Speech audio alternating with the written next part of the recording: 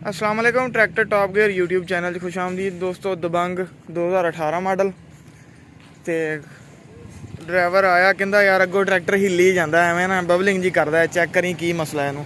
Bearing शैरिंग cheque किए दोनों व्हीलों के, हर शे ओके है, सही है सारे पासे देख दूख के। तो ये देखो जी थलों इसदा बुश टुटिया पिया, ये नज़र आ रहा होना तुहानूं, ये गिलास जिहदे विच स्पिंडल चलदा ना, ये इत्थों ये प्ले दे जाता तो इस तरह हिली जाता है अगों सारा हिस्सा ही। ਇਹ देख लो दूसरी साइड का चैक किया असीं, वो फिलहाल ठीक है। आ देख लो बाकी इनू असीं हुण खोल के रिपेयर करांगे सारा। ये पट्टी बाहर कढ़ के ये अच्छी तरह वैल्ड होऊगा, इत्थे तां सही भी नहीं होना है। इत्थों बिल्कुल इनू झरी मार के वैल्ड करांगे जी। हुण खोलदे इनू सारे नू।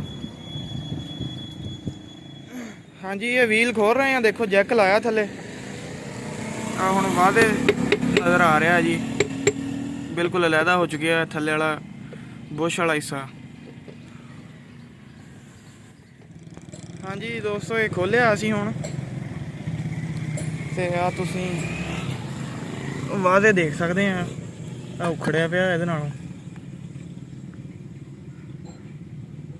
आ जिन्ना कि इनू वैल्ड होया सी, आ बाहरली साइड देख सकदी भी किन्ना कि इनू वैल्ड होया सी। ए देख लो सिर्फ ये बाहरली साइड तो हल्का हल्का वैल्ड हो गया, उत्तों सफाई हुई है।